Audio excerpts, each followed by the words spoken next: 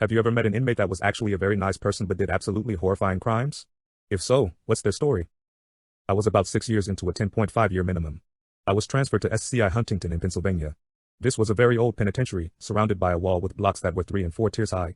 Even the top tiers only had a normal size handrail. Needless to say, many people attempted to fly with some ugly results. This prison was known as the last stop in PA. If you broke the rules in other prisons or happened to find yourself fighting too often, chances are you ended up in Huntington.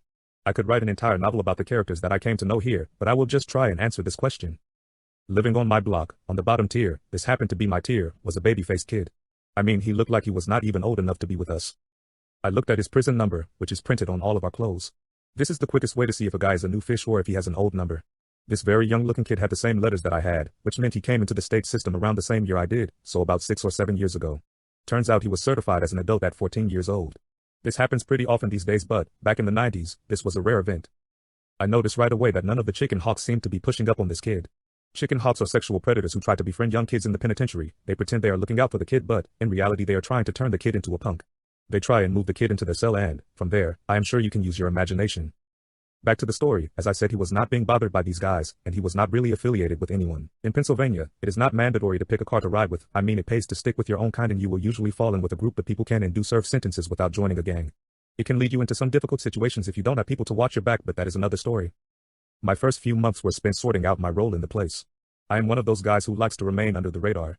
I guess I have earned respect because of some things I had done in the other institution, but my hobby was watching other people. I have always been fascinated by human behavior, so I never forgot about this kid. In fact, we played softball on the same team. I began to ask for information about the kid. Even though I was in a position to just pull the kid aside and ask him directly, it is always better to find out background some other way, then you don't put the person in an awkward situation. Does he feel that he can just tell me the truth?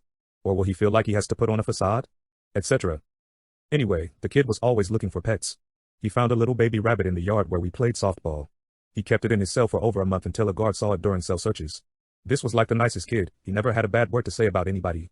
He always tried to make people happy. Now, by this time, I know the kid is doing 30 to 60 years. As I said, to receive a sentence like this at 14 is a rare thing back then. Okay, he killed someone, no big deal. 1 out of 4 guys in the jail were lifers. Many killers here.